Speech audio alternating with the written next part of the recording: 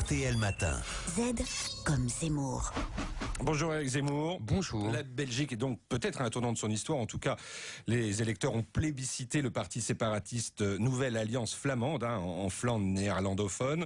Il devient la première formation du pays, avec à sa tête ce Bart de Wever qui prône la séparation tranquille. Cela dit, il y a Bruxelles qui coince. Oui, la mort de la Belgique n'est plus qu'une question de temps. Quand près d'un électeur flamand sur deux vote pour une des listes séparatistes, c'est que le fruit est plus que mûr. La question est réglée sur le principe. Restent les modalités. C'est là que les ennuis commencent pour les Flamands. En effet, certains politiciens wallons ont prévenu publiquement. Si les Flamands partent, on ne les retiendra pas, mais la Belgique continuera et surtout, ils n'auront pas Bruxelles. Ce qui signifie que la Flandre nouvelle devra être réadmise dans l'Europe. On a beaucoup vu le drapeau européen dans les meetings des partis flamands. Et surtout, il y a donc Bruxelles. Il faut comprendre que la capitale de la Belgique et de l'Europe est la seule marque belge connue au niveau mondial comme Coca-Cola, a dit un leader flamand.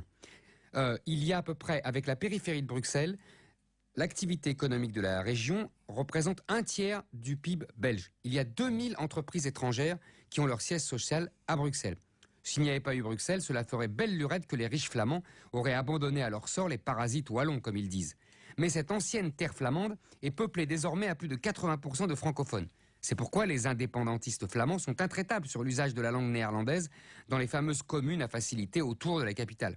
Ils en appellent au droit du sol séculaire quand les Wallons font référence aux principes démocratiques. Les Flamands ont tout tenté pour défranciser Bruxelles, même de jouer l'anglais des fonctionnaires européens ou des cadres sup des grandes entreprises mondialisées. Rien n'y a fait. On continue de parler français à Bruxelles. Les Flamands ne renoncent pas. Après tout, ils ont réussi à flamandiser les minorités francophones à Anvers et à Gand. Pourquoi pas Bruxelles? Mais cette insistance, souvent brutale, finit par gêner les Flamands modérés. Ouais, d'autant quand même que Bruxelles, c'est aussi de l'Europe. Et le statut de capitale européenne n'arrange pas leurs affaires. Les Flamands ont rejeté avec vigueur le rapport de la Commission européenne sur la protection des minorités.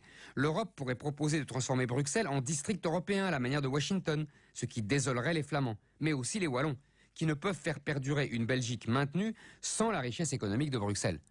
Toutes ces contradictions et ces arrière-pensées expliquent les prudences matoises du leader séparatiste flamand, Bart de Wever, qui fait semblant de réclamer une simple réforme du royaume, mais qui lui enlèverait ses dernières compétences et supprimerait les dernières solidarités sociales entre les deux régions. Bref, qui évaporerait la Belgique, comme il dit, non sans humour. L'affection des médias français pour la défunte Belgique et le silence assourdissant du gouvernement français sont la dernière surprise dans cette affaire. Mais peut-être les autorités françaises hésitent-elles aussi devant l'arrivée en France d'une Wallonie minée par la crise industrielle et le clientélisme socialiste, sans pouvoir récupérer la riche et décidément très tentante capitale de l'Europe. Et c'est signé d'un Z comme Zemmour, comme chaque matin. Je vous dis donc à demain, Éric.